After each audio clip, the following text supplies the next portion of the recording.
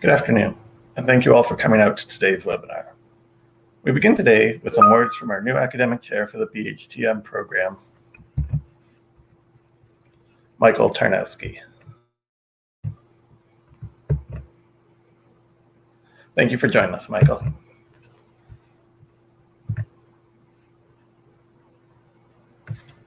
Perfect. Hi, everyone. Paul, I love that poster behind you. I think I have the same one at home.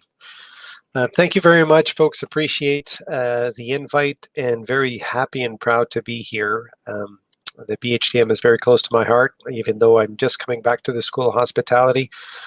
I was very much involved in creating this program way back with amazing industry professionals to make sure that we had some great relevant stuff for you to learn and to make the program very interesting.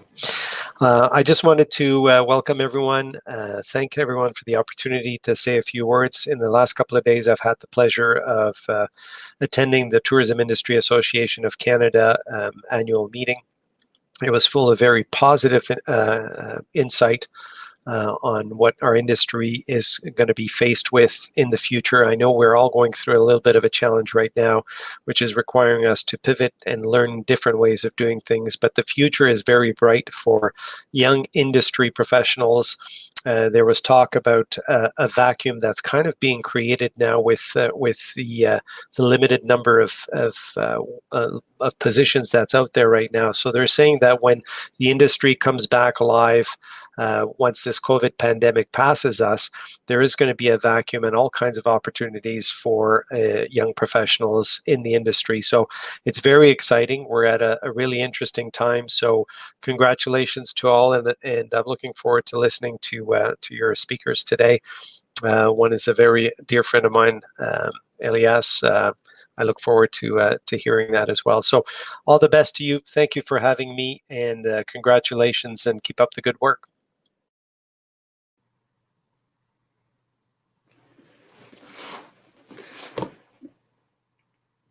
Hello, everyone.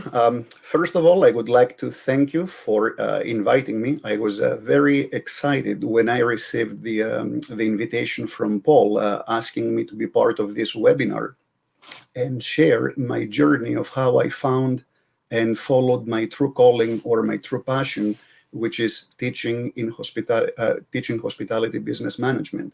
So I plan to share that journey with you, and hopefully we're going to have a few nice questions at the end.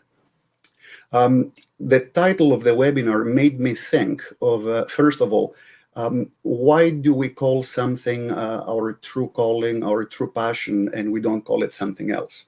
There must be something that makes us use that label. So in my case, I came up with 3 elements. One is the sacrifices. So when we say that something is our passion or our true calling, it is accompanied by many sacrifices. The other component is the duration. You can tell me that painting is a passion of yours, but you only did it for a summer and you haven't touched a paintbrush since then. And the third element is the unwillingness to consider any other alternatives. In my view, that's when you know that the true calling is right. It's in your hands when you're not prepared to consider anything else.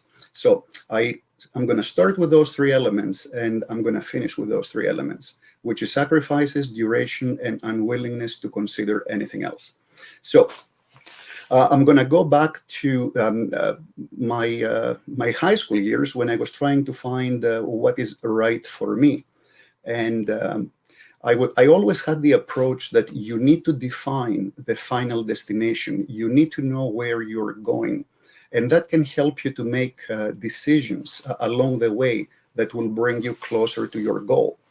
And that works okay for most tasks, but life is complicated. So how can I know what my true calling is when I'm 16, 17, 18, and I'm trying to make decisions about my education? So I did what I call test before invest. So as soon as I finished high school, I got a job at a resort hotel in Greece, just to see what hospitality industry is all about. I suspected that it was the right place for me, but I was not sure. So I have this, my first job at a resort hotel in the food and beverage department, working in the dining room, working in the pool bar, room service. I seem to like it. It's fantastic. It took me only a couple of weeks before I added a few shifts, bartending shifts at a nightclub. So now I have another job. I even started working for free behind the front desk to learn how they work. Then I was doing night audit without getting paid. So I was starving for learning at that point. It was amazing. I knew for a fact that hospitality is going to be the place for me. And I was able to say, now it's time for me to invest. So that year gave me two things: a great amount of fatigue and the certainty I wanted. So I came to Canada. I went to University of Ottawa to polish my English.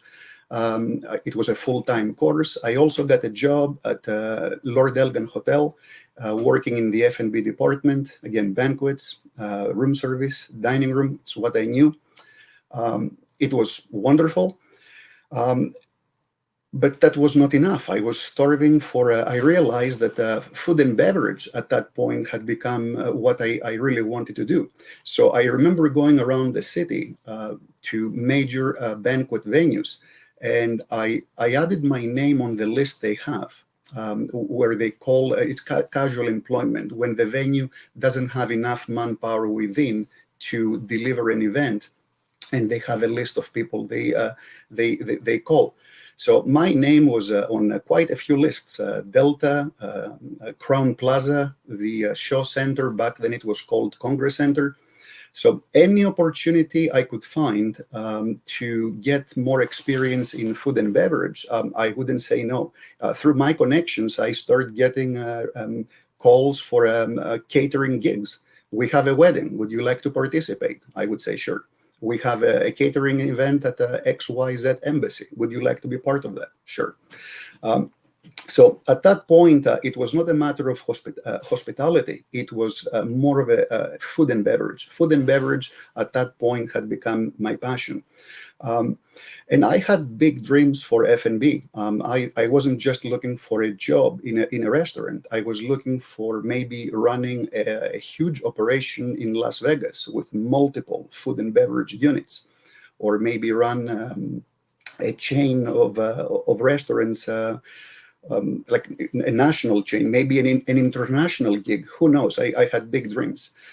So I finished the college. I had all that work and work experience, and the next thing I added on my resume was a fine dining restaurant on Queen Street. So I just thought that I needed that fine dining to make me a little bit more well-rounded in the area of food and beverage. So I did that for a while, and then I took a look at the once again at my CV, and I found that there was something missing from the experience. I had the fine dining, but I didn't have the volume. I wanted to add something on my CV that shows I can manage volume. So I joined the Hellenic Armed Forces in Greece, and I was the food service manager. I was in charge of the provision of F&B for a military base with 550 soldiers, and we were serving 5 meals a day. So that's where I was able to see the volume of service. Then after that, I came back to Canada, and I wanted to add one of the best restaurants of the city on my CV. At the time, I thought the Revolving restaurant on top of a Marriott hotel, it was called La Ronde at the time, would be one of the best restaurants in my view. So I ended up putting that on my CV as well. So then I've reached the point where my work experience was getting strong, but I felt a little bit weak on the education side, having only a 2-year diploma under my belt. So this is when I decided to go to England, to University of Birmingham, to complete my BA in hospitality business management. Of course, as always, I was not prepared to do just one thing. I was used to doing more than one thing at the same time. So I went through all of my wine certifications through the Wine and Spirit Education Trust. And then I thought, maybe I'm good. Maybe there is a nice balance between education and work experience. And maybe it's time for me to go back to the industry and start producing. And at that point, I'm thinking, because again, I had big dreams. I'm thinking, what if 10 years down the road, there is an international, like a major opportunity, and they ask for a master's? What do I do in 10 years? At that point, I'll be married, I'll have kids. I'm going to say no to my higher income at the time to go back to accumulating debt and sharpening pencils. So I was not prepared to do that. So I thought, let me do my master's right away. So from England, I went straight to University of Guelph, and I did my master's in business administration. It was a research-based master's, so full-time student. I also had my research. Once again, I was not prepared to just do one thing, so I applied for graduate teaching assistant positions, and I ended up getting 3 of them. So I was supporting 3 profs with grading, marking, having office hours. And that was the year. That was the year that I found my true calling. So I started with hospitality in general. It became more focused. It became food and beverage. And that was the year I found my true calling. It was when one of my profs looked at me and said, "This is the weekly schedule. And I know you have a good CV. Is there a topic that you feel comfortable with?" I said, "That's the topic." And he goes, "Perfect. So you're teaching that class." And that was a big shock.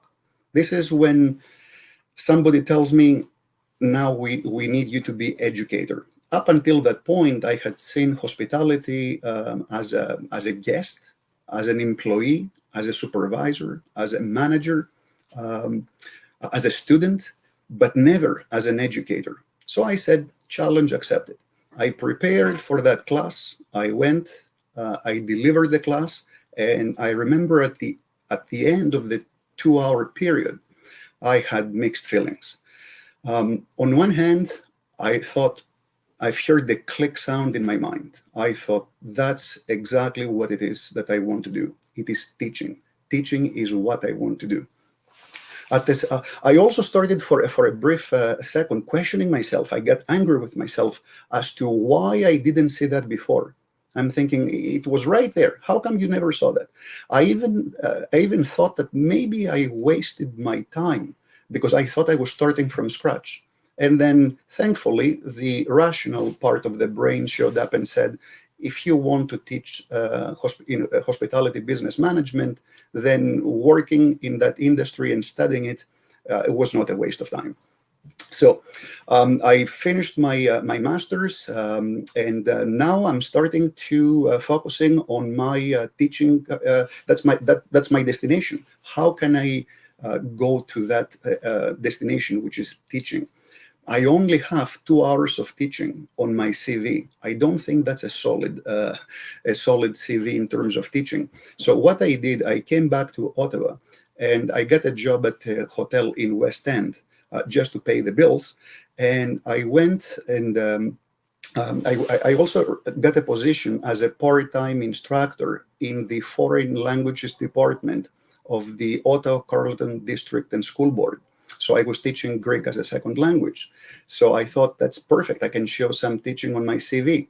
At the same time, I started getting a few classes, part-time classes at Algonquin College for me to teach. So now I have a full-time job, and I have 2 part-time teaching jobs. So things were going well. And then at some point, I received a call from a semi-private golf course in Ottawa. And they said to me, we would like you to be part of the new management team. We're going to shut everything down for a few months and do a renovation and then start fresh with a new marketing campaign and new uniforms, new menus. Everything is going to be new. So I thought that's going to be great for me to add on my CV. So I left the hotel. I went to that semi-private golf course, and that's where I spent my last 3 years in the industry, while at the same time I was teaching at Algonquin on a part-time basis. At some point, a full-time posting came up. I applied for it. I got the job. And as they say, the rest is history. So that's basically my journey in hospitality. I'm going to go back to the 3 elements I identified at the beginning, and I mentioned the word sacrifices.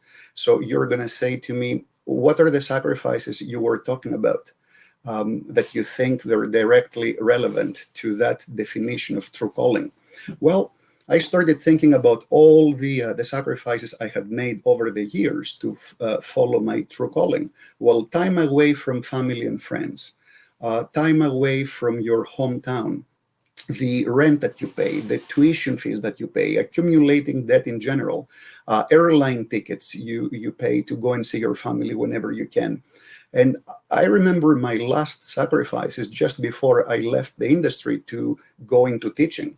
I had a salary cut. I accepted a salary cut to go to Algonquin. So my industry salary was significantly higher than my starting salary at the college. And on top of that, I also missed my income from my part-time teaching at Algonquin. You can't be full-time and part-time. So not only I have a salary cut, but I'm also losing the part-time income I had from teaching. And then you can kiss your performance bonus goodbye. That's another thing that you very often have in the industry. Car allowance. I never saw my car allowance again since then. No dry cleaning expenses. There are no meal plans, having free meals. There are no industry discounts, like staying at a hotel, in a hotel at the employee rate. No playing golf for free. So you want me to go on? There are many, many sacrifices. So when you have made all of those sacrifices, that's an indication that what you chose to do really, really means something to you. Duration, I've been teaching for the last 20 years.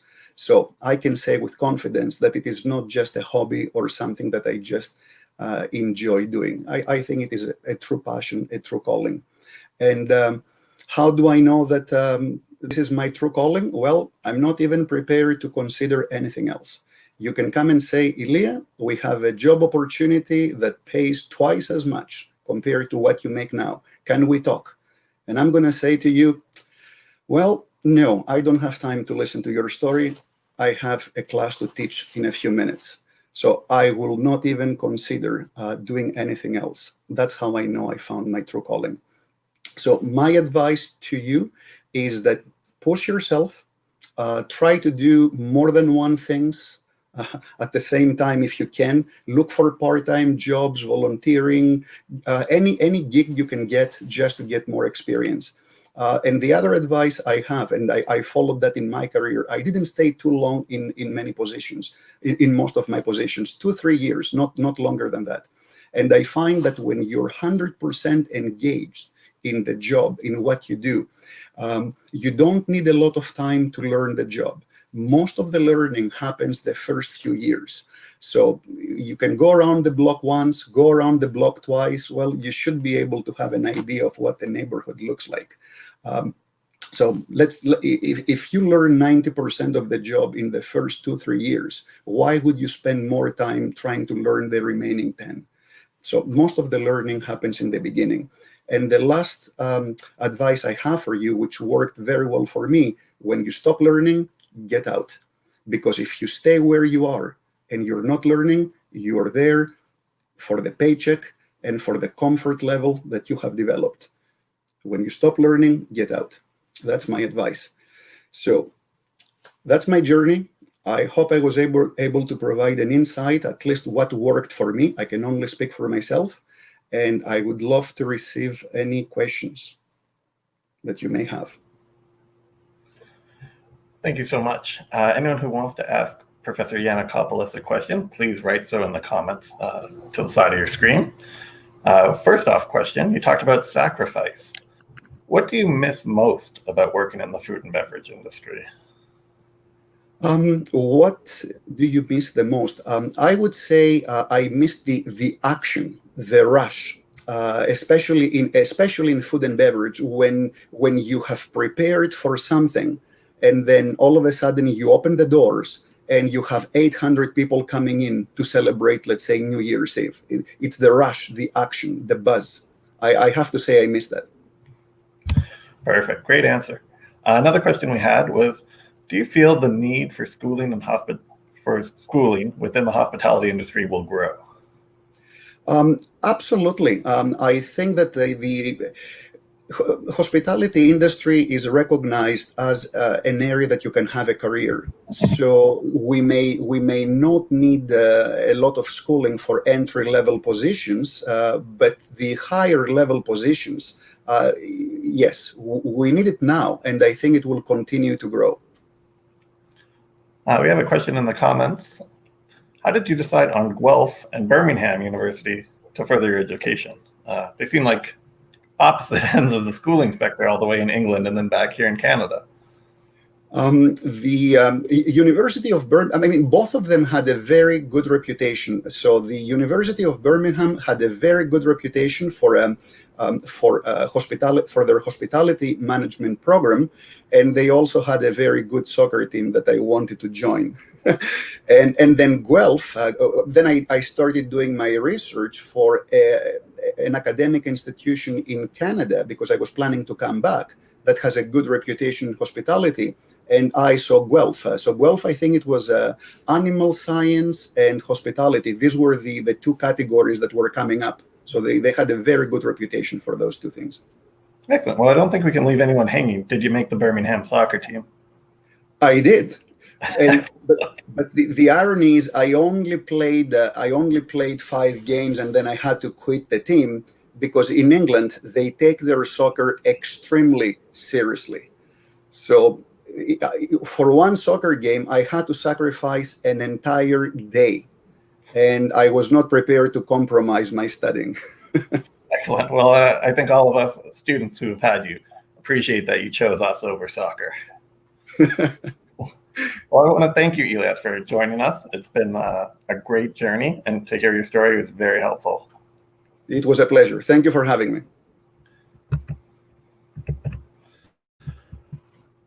Our next speaker is Stephanie Tudin.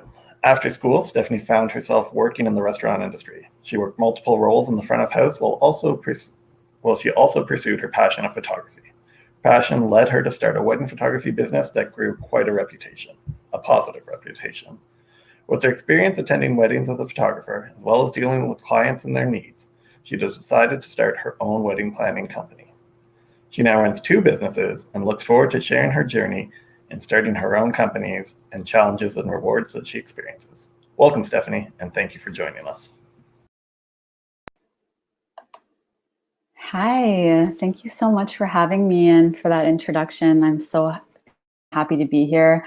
I'm very excited to share with you my journey and give you some tips just at the end that I found very successful for me. Elias, that was an amazing presentation, and I feel like our journey aligns a lot, and you're going to find that out in the next 25 minutes. So I'm from Ottawa originally. I moved to Toronto for 8 years and then came back. I graduated from high school at Gloucester in 2005. I was 18, and I was really, really interested in one of the classes I took, which was photography. And at the time, it was it was only film. Digital wasn't really popular yet, so I was learning how to use a film camera and be in the dark room, and I was just fascinated by it. And then when I graduated, I asked my parents for a film camera, and they bought me a 35 millimeter Pentax, and I couldn't have been more excited about that. I was already really creative, and I knew that I wanted this to be my medium. So I just started taking pictures of everything I could, from nature to people to food, anything I could grab my hands on, honestly. And it wasn't until a couple months later that I joined the hospitality industry and I started working at Moxie's. I was there for 8 years total. And it was my first window. It was really my first window into the hospitality industry. And I couldn't have been more thankful for it, because if you've ever worked or are thinking of working a corporate restaurant, kind of, what's the word I'm thinking of?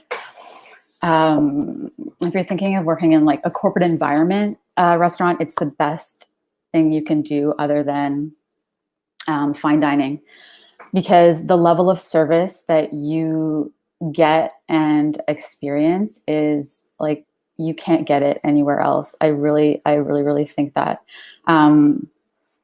So I was working at Moxie's, and I was also working in the bar industry downtown, and they were completely different. And I'm just going to give you a little bit of insight into the training I got while I was at Moxie's and the level of service that I learned while I was there. So, for example, I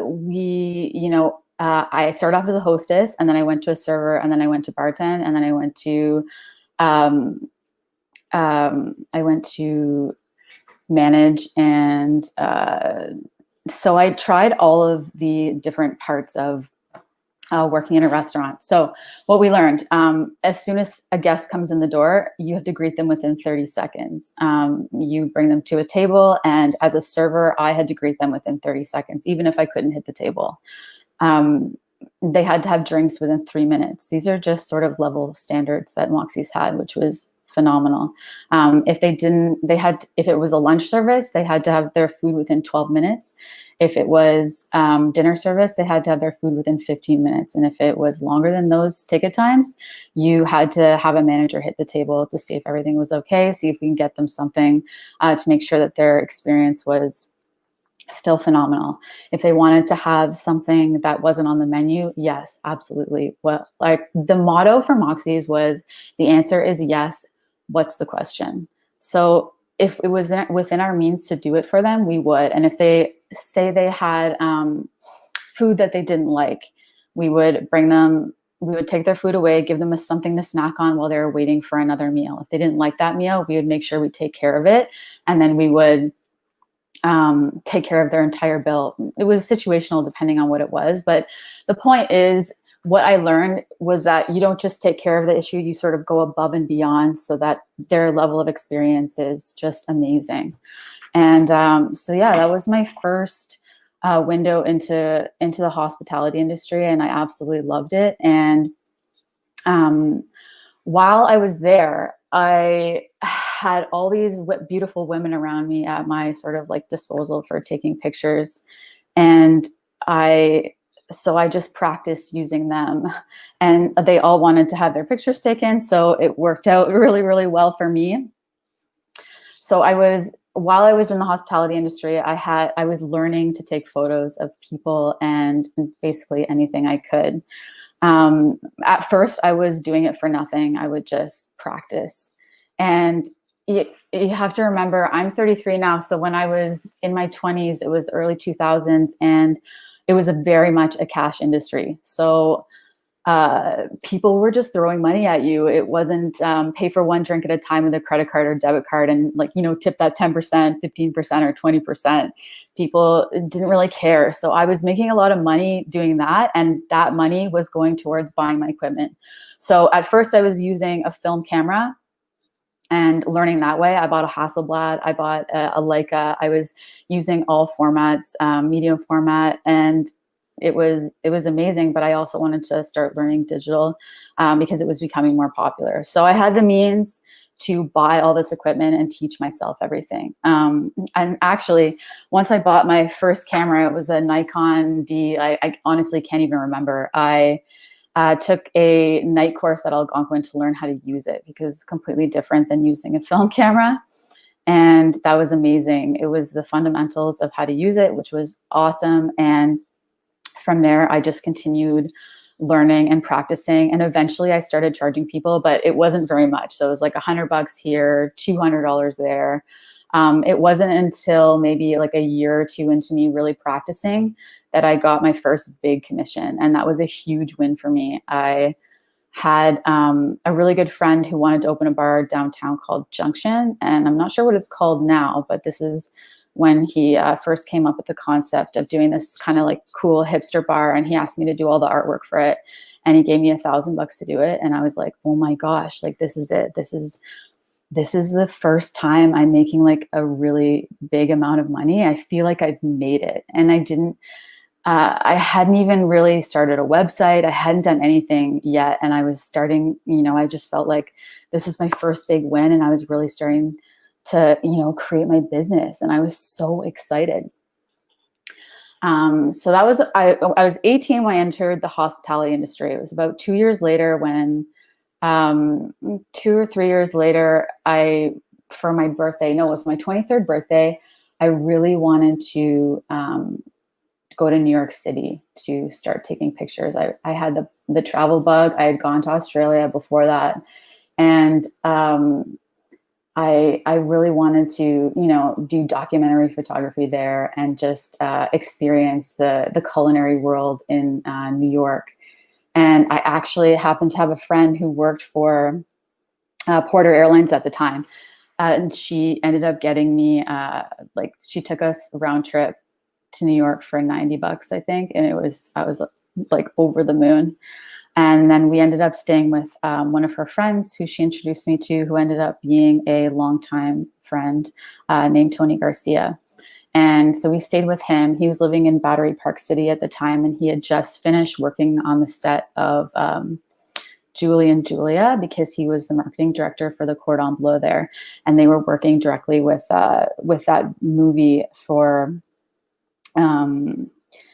the press. And I'm not sure exactly what he was doing on the movie, but anyways, he was deep into the culinary world and hospitality industry in New York. And I was thrilled to meet him and have him tour us around New York.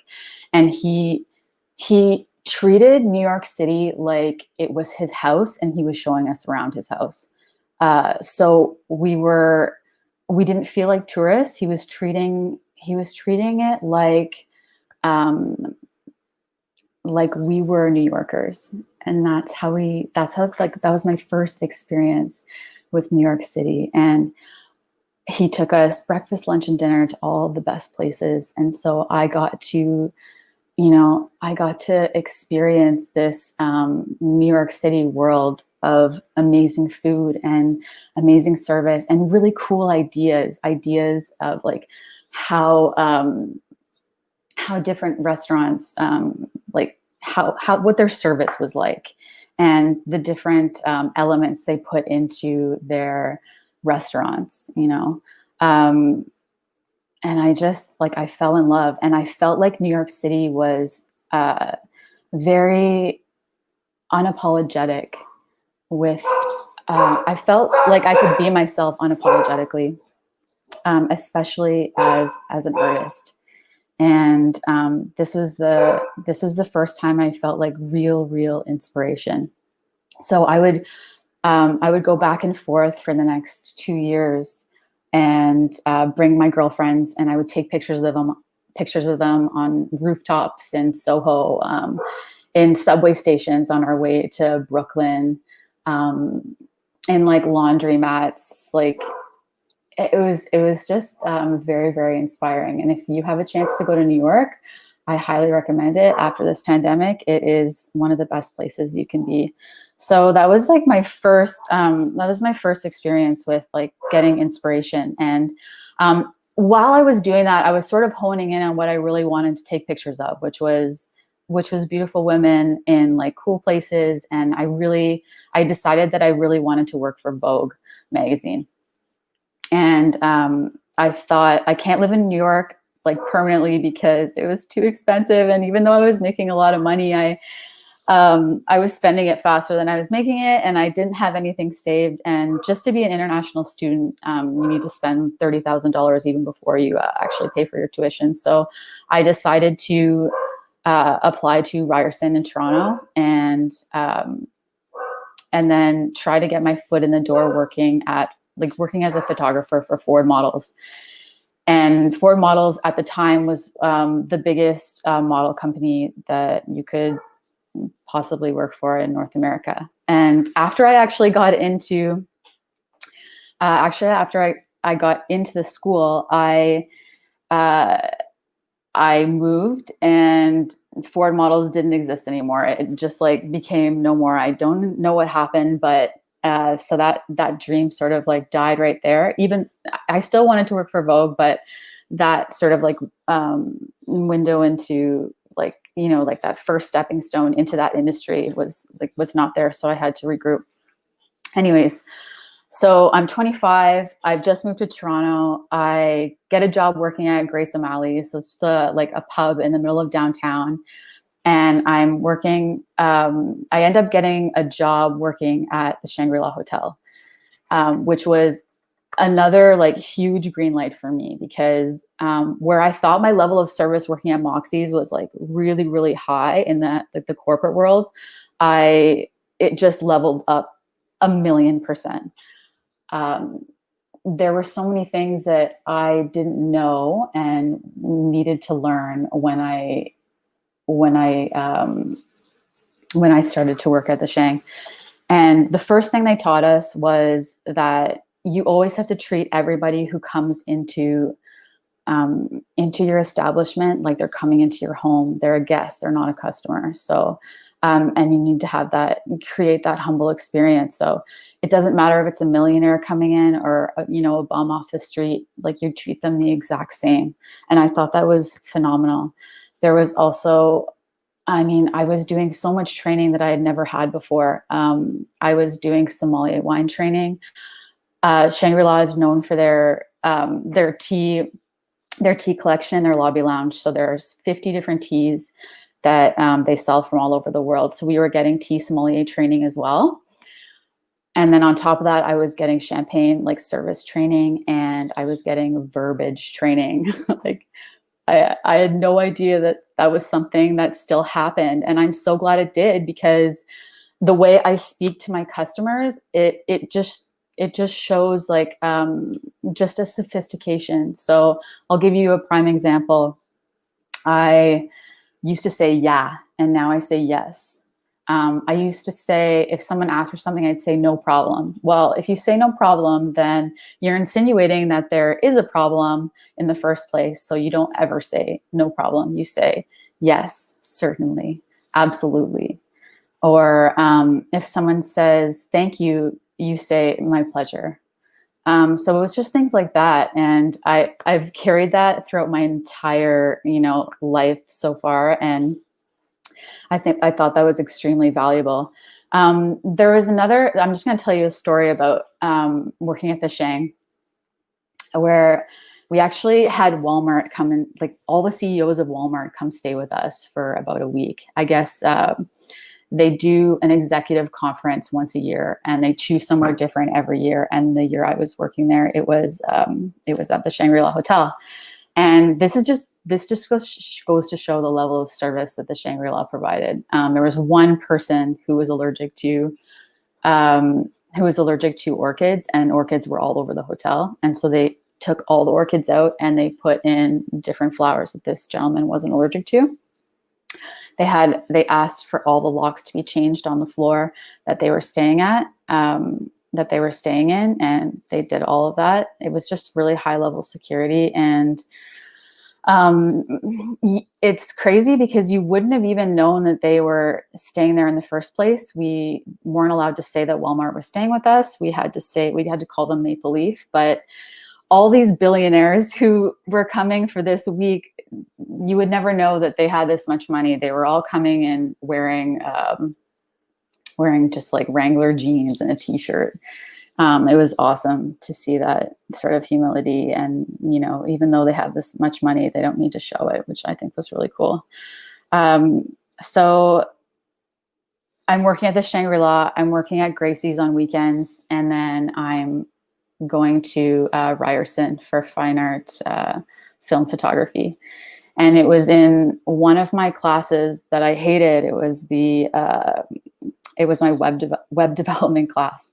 I had this guy sitting beside me, and he saw my website. I must have been working on it during the class, and he was like, "Oh, you should come work with me. I work at I work for this wedding company just out of Markham called Focus, and yeah, you should come like join the wedding industry and start making money doing that." And I was like, "Yep, I definitely want to do that." I had already shot a couple weddings for my friends, and they were terrible. I wish that I could find some of those pictures, because like I really didn't know what I was doing. It was a completely different style of photography, and it was one that I wasn't sure that I liked. But I mean, this guy was really enticing, and I looked up the company, and they seemed like amazing, and their photos were awesome, and I really, really wanted to learn, and I wanted to continue learning. So I said yes. And so for the next few years, I started shooting weddings for this company, and my photography skills in that area went from 0 to 100 really fast. And so I had all these different jobs while I was in Toronto. And while I was doing that, I also started traveling. And while I was traveling, I was taking pictures, but I was also learning a lot about what hospitality was in all the different countries that I went to. And so I went to London, I went to Paris, I went to New York, obviously, LA, Indonesia, Barbados, Mexico, Iceland, and I shot all kinds of different things in every country. So when I was in Indonesia, I had a buddy who had built a hotel just off the coast on an island, built up from scratch, and he let me stay there if I would take pictures of the hotel. And then he asked if I would shoot one of his buddies' weddings that happened to be happening that the week I was there. And it was a beautiful Muslim wedding, and I didn't know what I was doing, and it was 40-degree weather, but I shot it, and it was beautiful, and it was a wonderful experience. And just to see how, and talk to him about how he built a hotel from the ground up was an amazing experience as well. So, and then when I was in Barbados, I shot this girl who had started a bathing suit line just out of Toronto, and just learning what her experience was like, and the ups and downs of owning a business, and just getting to know her in a different country, and shooting her in her element was just wonderful. And learning and experiencing all of these things is what's gonna level up your business in the end. So while I was doing all these things, a few more years in, I was working a Heineken event for the Jays home opener, and met my husband there. He was working for Molson. He was working for Molson as a marketing director. And so he had popped in, we fell in love, and I moved in 2 weeks later, and then a year later he proposes. And it's in this time that I met him that I had sort of leveled up my photography business. And because I had been working for Focus for so long, I was getting a lot better, and I was actually getting a lot more of my own clients. And it was to the point where now I was making enough money that I needed to incorporate. And so I did. And during the first year of being with Craig, that's his name, he was like, you need to quit bartending, you need to quit serving, and you need to put all of your effort into your photography business, because Steph, you're making so much more money doing this than you are, bartending or serving. And I had just always had this as a crutch, and I had been in the industry for so long, and I could work any kind of job within the restaurant, like that. If I went to a restaurant and I saw they were crashing, I could jump in, because I knew everything about it. So it was really hard for me to let go of that. And then just focus on the business. I had all the experience I needed for person-to-person relations to, make my business as a photographer thrive. But there was all the back end parts of it that I didn't know at all. And I was afraid of, the unknown and not knowing if I would, continue to make as much money as I was making. So it took a year for me to actually quit the hospitality industry and go full force into my my photography business. And once I did, he was right. I gained, if I was shooting 10 weddings, the next year I was shooting 20. If I was making, $30,000, I was now making like closer to six figures. It just like, I went full force and put all my effort into my marketing, and now I'm doing all of the back end stuff that it just, started to flourish. So while that was happening, Craig proposes to me, and we're really excited. And this was the first time that I was looking at the industry from the other side. I was no longer a vendor, I was the client. And this is a pivotal turning point, or the catalyst for the idea of petite nuptials, because I didn't know what it was like to be a bride and have to plan a wedding. And I had shot so many weddings and saw how stressful the brides were, and saw how stressful the planning was just from them telling me about it. But I never experienced it myself. So we got engaged around Christmas, and then we had originally wanted to elope, but Craig comes from a really big Italian family, and they really wanted to be a part of it. And my dad really wanted to walk me down the aisle. So we kiboshed the idea of eloping and decided to try to plan a wedding with like 100 people. And there was no way around. Like, we tried every way possible to keep our wedding under $20,000. And for 100 people, it was just not possible. We were going to end up spending 50 grand, and we just didn't have that money. We were living in Toronto. Craig had started a new job in the cannabis industry, because it was just after everything was legalized. And so it was super demanding. And I was, like just starting to flourish in my business after being, like practicing for so long. And we still wanted to travel. We had student debt. We still wanted to go for dinners and stuff. So like $50,000, where are we going to get that from? And I know a lot of you may have family members that are like families that have that money that can put towards weddings, but we just didn't. Like, both of our parents couldn't give us that kind of money. So I tried to plan, and I ended up starting to cry every day. We were drinking bottles of wine every day to like cope with the stress. I lost friendships in the process. People get weird about weddings. I don't know why. Some of your friends are like, oh, I really need to be invited, but I don't want you to invite that person because I don't like them. And then family members are like, oh, why aren't you inviting this person? I'm like, well, I haven't seen them in years, so why would I bring them to my wedding? And then it just became about everybody else except for us. And I was so frustrated.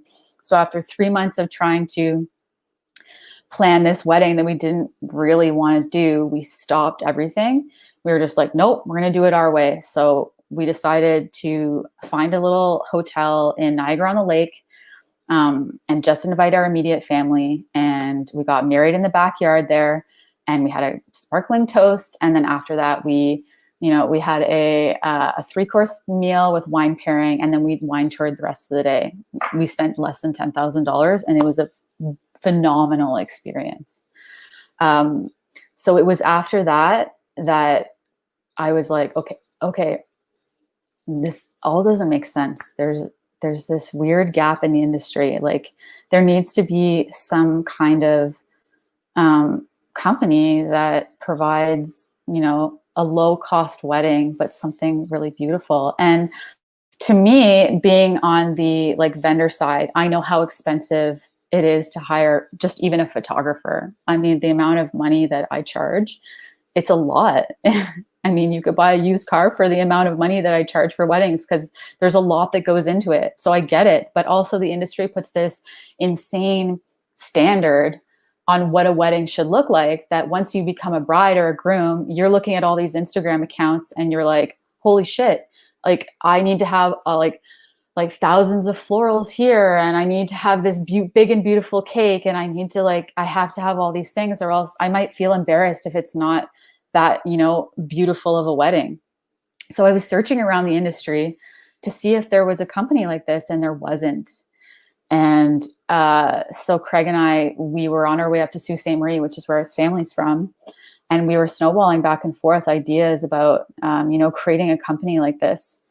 And we just started coming up with, we just started writing down ideas and more ideas. And at the time, I had just had our first child. His name's Owen. And we knew we wanted to move back to Ottawa because we wanted to be in a house and not in a little 2-bedroom apartment. So I was like, okay, we're creating this company and we're going to bring it to Ottawa.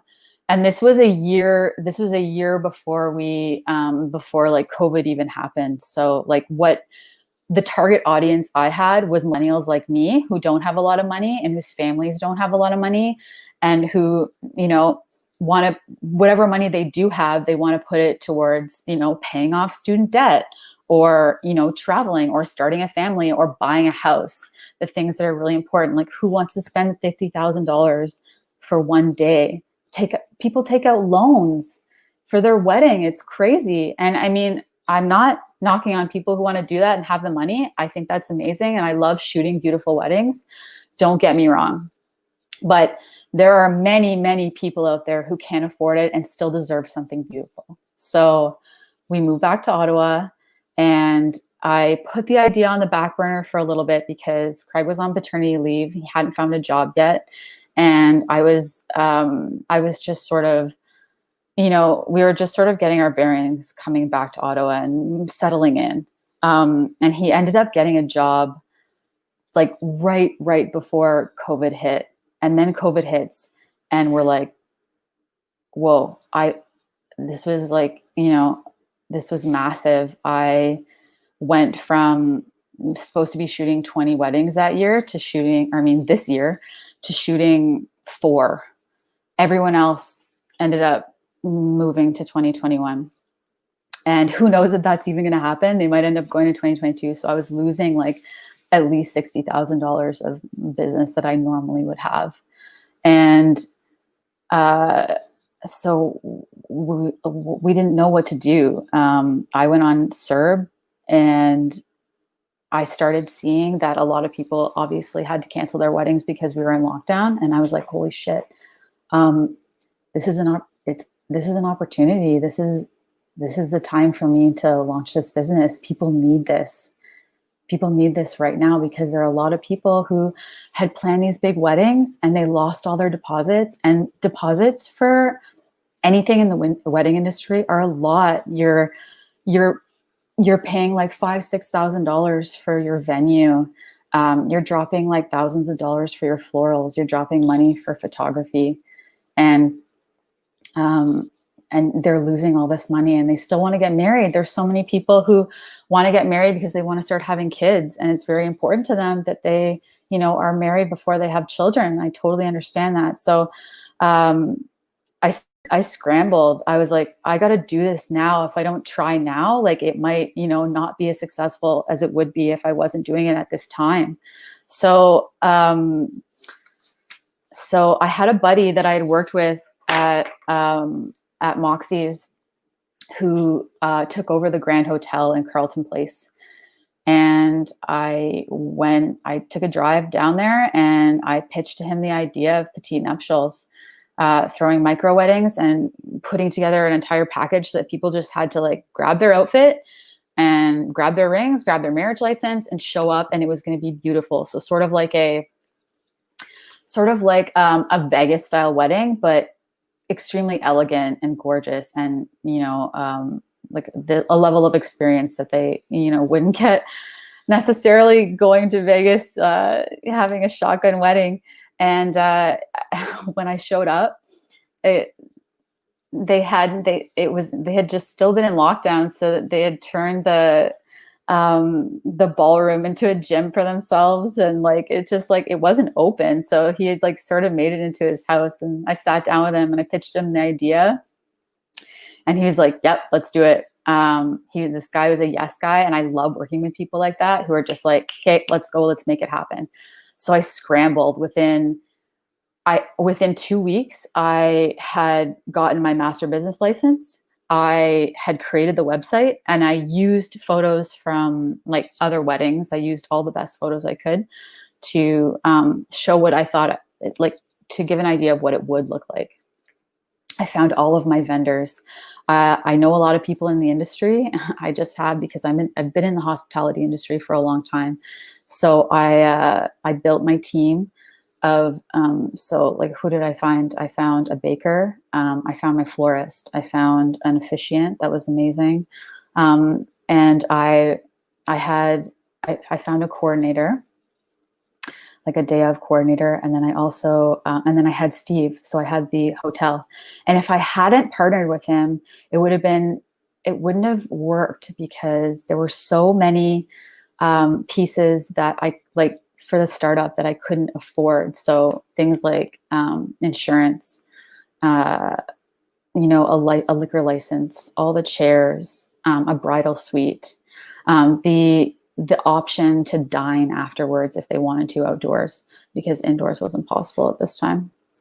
Anyway, so I put all this stuff together really fast and launched July 1st. And I was so afraid. I was so nervous. I think I got my like first gray hair that day. It was insane, guys. I was worried about what the response would be. And it's scary starting a new business, especially, like when you've never been on that side of the industry. Like I had been a photographer, but I had never been a wedding planner. And there's this sort of, this, what we call imposter syndrome, where you feel like, you don't feel like you are the most qualified because you've never done it before. But if you're starting a business, you need to go into it like you know everything, and you are the best person for this job, or you are the best person to sell this product. So that was my mentality, and I started it off as like a luxury brand right off the bat. So I launched, and I put out a contest right away so that I could get some following. So I gave away an elopement package. And once I announced that winner, every single person who had started following me, I immediately followed up in a DM being like, "Hey, I saw that you entered this contest. Let me tell you a little bit more about it." And then I gave them, like, if you book this within this week, I'll give you like, I'll save you the taxes. So within the first week of launching this brand, I booked 2 weddings right off the bat. So obviously this was needed. And then after that, another 2 and another 2 and another 2. So since July 1st, I've shot and hosted 15 weddings, and I am now going to incorporate in January, because I've, come to the point where I'm making enough money that it's like turned into a real business. So I'm super proud of it. And like, and I owe it to the hospitality industry, but I also owe it to like the wedding industry and learning everything. And I'm like, I couldn't be more thankful for where I am now, and all the connections that I have to bring me to this point in my life. So what I wanted to do was tell you sort of like 5 keys to what has been successful for me, specifically in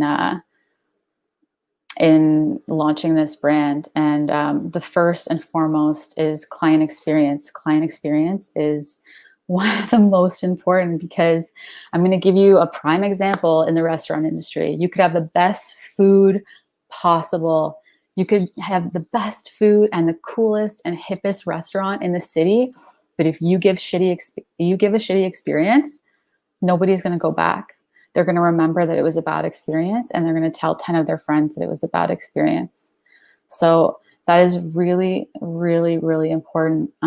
I could have the best photos. I could have the most beautiful photos, and I could just give the worst like service possible and, you know, show up on a wedding day and be rude and not cool and not like, you know, try to keep like a calm demeanor so that my clients are calm. And, you know, and then they're just like, wow, like her photos were great, but like I hated working with her, so I'm not going to recommend her to other people. So that's really, really important. And I think that there are 3 parts to the client experience. And the first and foremost is how you attract your client. So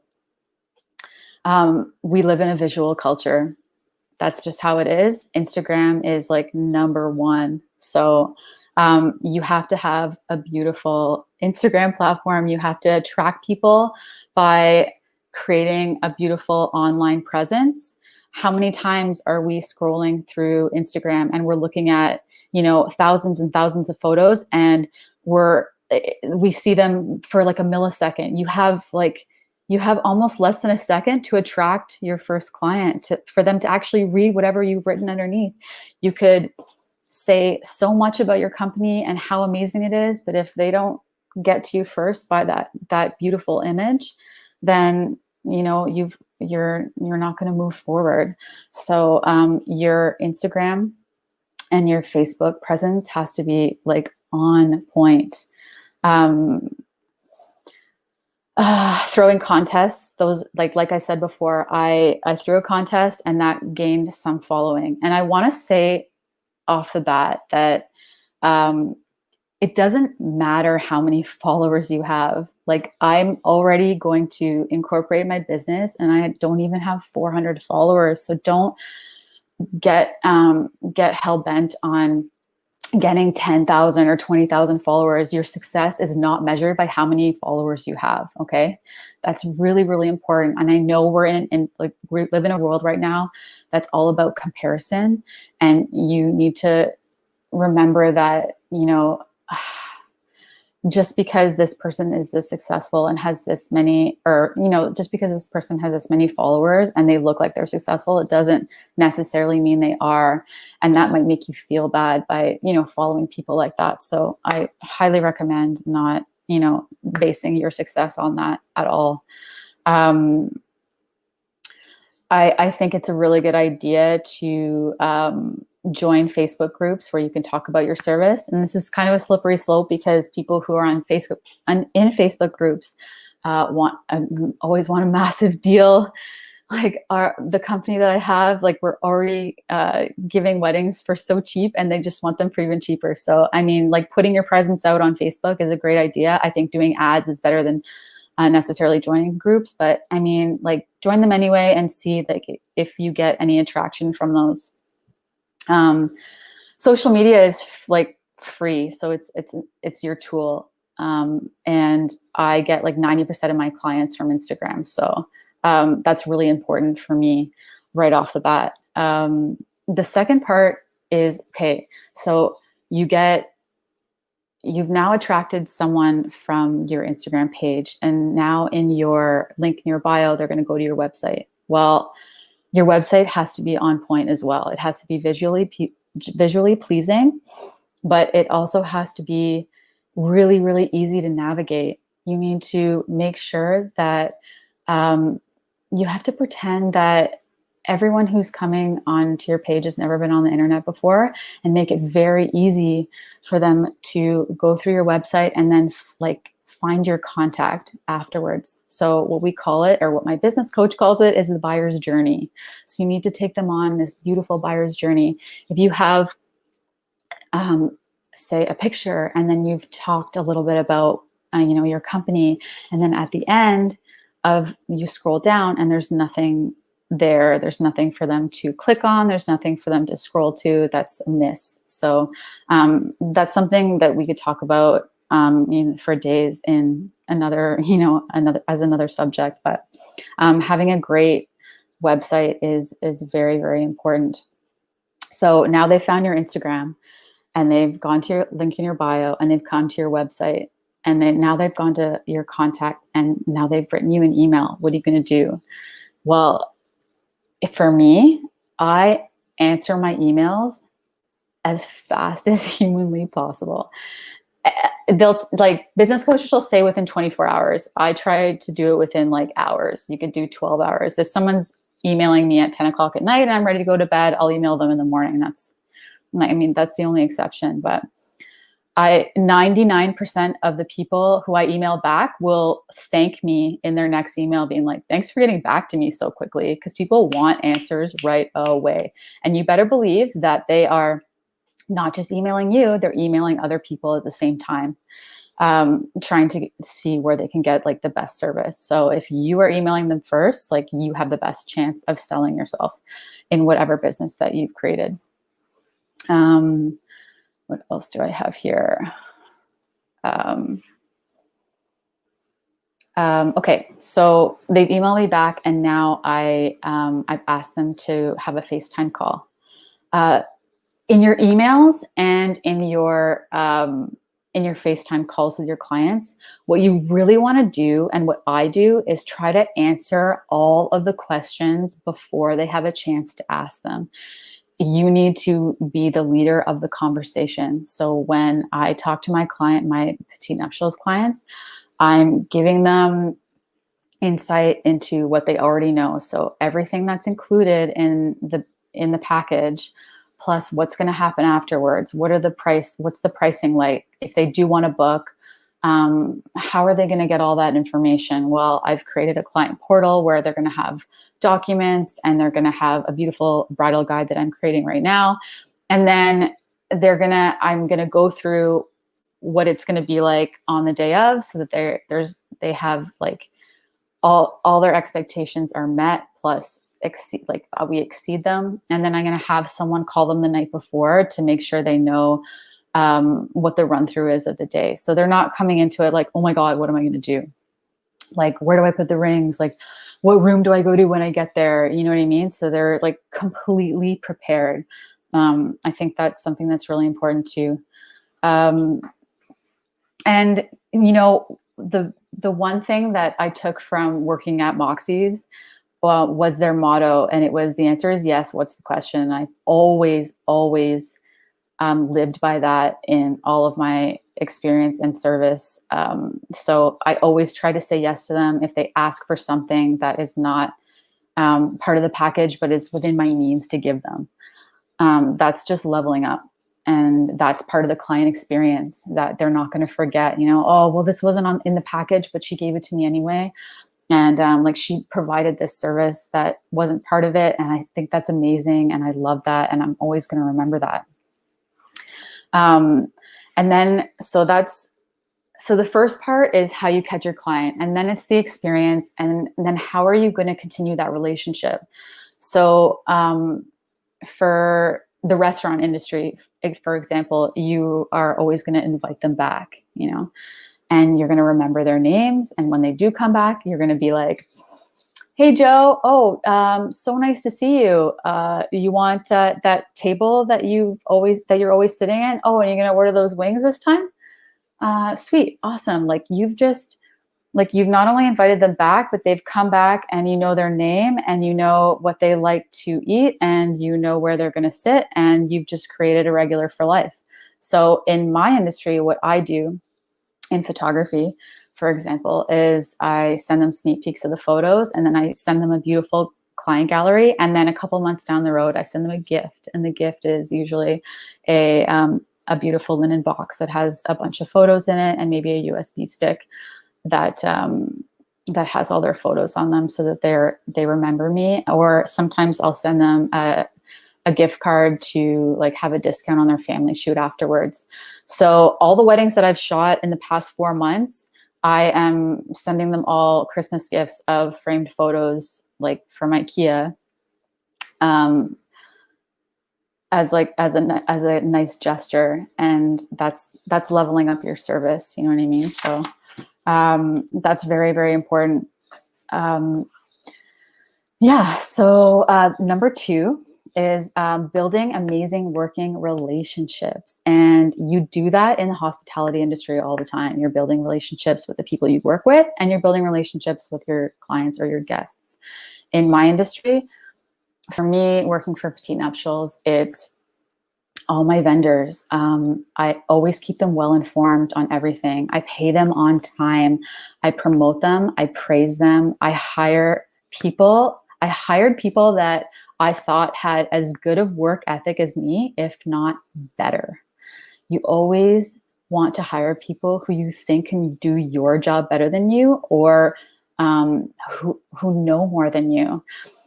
You have to act as if you know everything in your industry, but like everything in your craft, but also be humble in knowing that you don't know everything, and there are people who can help you and who do know more, and those are the people you want to hire for sure. These people that I hired also, I gave them business, so they gave me a better rate, and that's like part of the relationship as well. So I'm also going to be gifting them something for Christmas, just to say thank you for working for Petit Nuptials and believing in me, and being a part of the success. So that's really important. Number 3 is set yourself up for success financially. This should be number 1, actually. I think everything I'm talking about sort of all comes on the same plane. So when your business is at a point where you need to register it, you're making $30,000 or more, you need to register it, you need to get an HST number, you need to learn how to do your own taxes. This is important because eventually you'll make enough money when you're super successful that you can hire someone to do it for you. But if you learn how to do your taxes, you know where every single dollar is going. And that's very important. For me, I'm going to tell you a story. When I first registered my business and got an HST number, I still had the mentality that I could make the money like the next day. I still had that bartender mentality where, I'm going to make $400, I'll spend it, and I'll make $400 tomorrow. So I didn't save for my HST in the first year.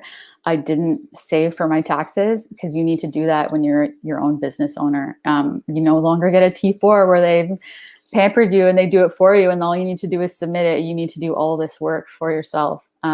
So I made that mistake, and it took me 2 years to actually catch up. So I would submit my taxes, and then that whole next year I was just like working to pay the taxes from the previous year. So that was a huge mistake on my part, and don't make that mistake. Like, please don't, because it sucks. But you're going to make mistakes, and you're going to learn from them, and that's really that's what it's all about. And that's sort of like the fun part. I actually attended this talk by Shopify when I was living in Toronto, and it was called the Fuck Up event. And the key speakers were talking about all the things they did in their business that they messed up on. And it was really interesting. And we just took so much from it and learned from their mistakes. And I thought that was really valuable. So number 4, I'm always continually learning. And Elias, you talked about this throughout your entire speech, and it's so true. You always need to be continually learning. If you're not, then you shouldn't be, and you don't feel like doing it, then you shouldn't be in the industry you're in. You shouldn't be in the business that you're in. So what are things that I do to learn? I have a business coach. I take mentor calls weekly. I listen to podcasts. I attend conferences. I do workshops. All of these things help me to continually learn and grow my business successfully.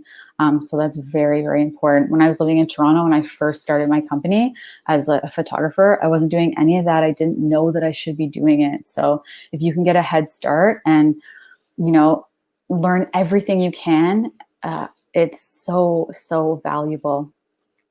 And the last, but not least, and I think probably the most important, is you have to be passionate about what you do. I created Petit Nuptials because I didn't want people to have the experience that I did. And I really am passionate about giving this service to people who, you know, like don't have the money to have a big wedding. And I really want to help people in that way. As a photographer, and I don't just shoot weddings, I do all kinds of different shoots. I do family engagement, headshots. I do lifestyle. I shoot food. I want these people to have these photos and have this memory. It's not just about the money. It can never just be about the money. If it is, then you're not going to be happy. So being passionate about what you do is absolutely number one. And then I would suggest surrounding yourself with people who are like-minded, who inspire you. If you're hanging out with people who don't give a shit about life, or, you know, they just sit around smoking weed all the time and they don't care about, you know, like what they're doing, and they don't aspire to, you know, like to do anything crazy, or, you know what I mean? You just really, really need to be around like-minded people. If you're an artist, be around artists. If you're an entrepreneur, be around other entrepreneurs, and you snowball back and forth those ideas, and it just gets you excited. I had a couple of friends who were just sort of in bad places that I didn't really, you know, like have any aspirations or dreams, and didn't have the same passion that I did and the same energy that I did. And I had to just sort of like push myself away from them and find people that, you know, had that passion and had that drive. And that made a huge difference in my life, and it made a huge difference in my business.